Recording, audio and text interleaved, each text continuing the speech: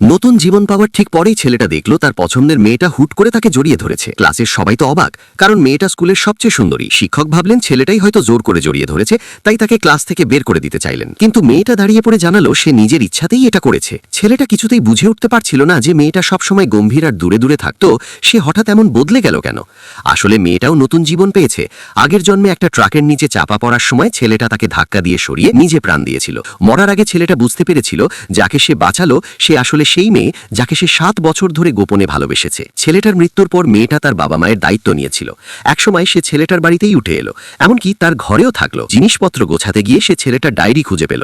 তখনই জানলো ছেলেটা 7 বছর ধরে তাকে গোপনে ভালোবেসেছে। স্কুলে ছেলেটা খুব সাধারণ ছিল বলে সে কখনোই নিজের অনুভূতির কথা বলতে সাহস পায়নি। মেয়েটা তখনই মনে মনে চেয়েছিল যদি আবার সুযোগ পায় তবে সে নিজেই ছেলেটার পিছু নেবে। অবাক করা ব্যাপার, তার সেই ইচ্ছাই সত্যি হয়েছে। তাকে দেখেই মেয়েটা ঠিক করে ফেলেছিল এই জীবনে সে ছেলেটাকে আগলে রাখবে। কিন্তু মেয়েটার এমন তীব্র দৃষ্টিতে ছেলেটা অস্বস্তিতে পড়ে গেল।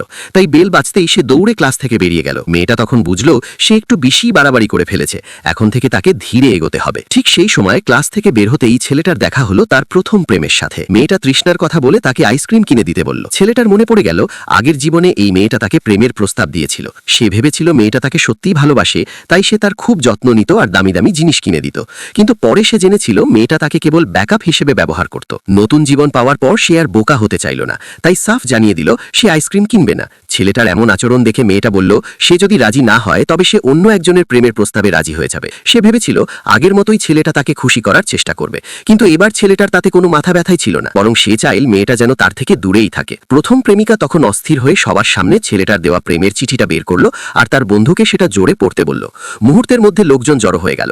সবাই অবাক যে এমন লাজুক ছেলে এত সস্তা কথা লিখেছে। মেয়েটা বলল ছেলেটা যদি ক্ষমা চেয়ে আইসক্রিম কিনে দেয় তবেই সে মাফ করবে, কিন্তু ছেলেটা নড়ল না, বরং ঠান্ডা চোখে তার দিকে তাকিয়ে রইল। মেয়েটা রাগে চিঠিটা ছিঁড়ে ফেলে বলল সে আর কোনোদিন তার সাথে কথা বলবে না। তার বন্ধুও উপহাস করে বলল সবার সামনে এমন অপমানিত হওয়ার পর কোনো মেয়েই আর তাকে পছন্দ করবে না। ঠিক সেই মুহূর্তে মেয়েটা এগিয়ে এলো। সবার সামনেই সে ছেলেটার হাত ধরল আর ঘোষণা করল ছেলেটা এখন থেকে তার বয়ফ্রেন্ড। ক্লাসের সবাই তখন স্তব্ধ।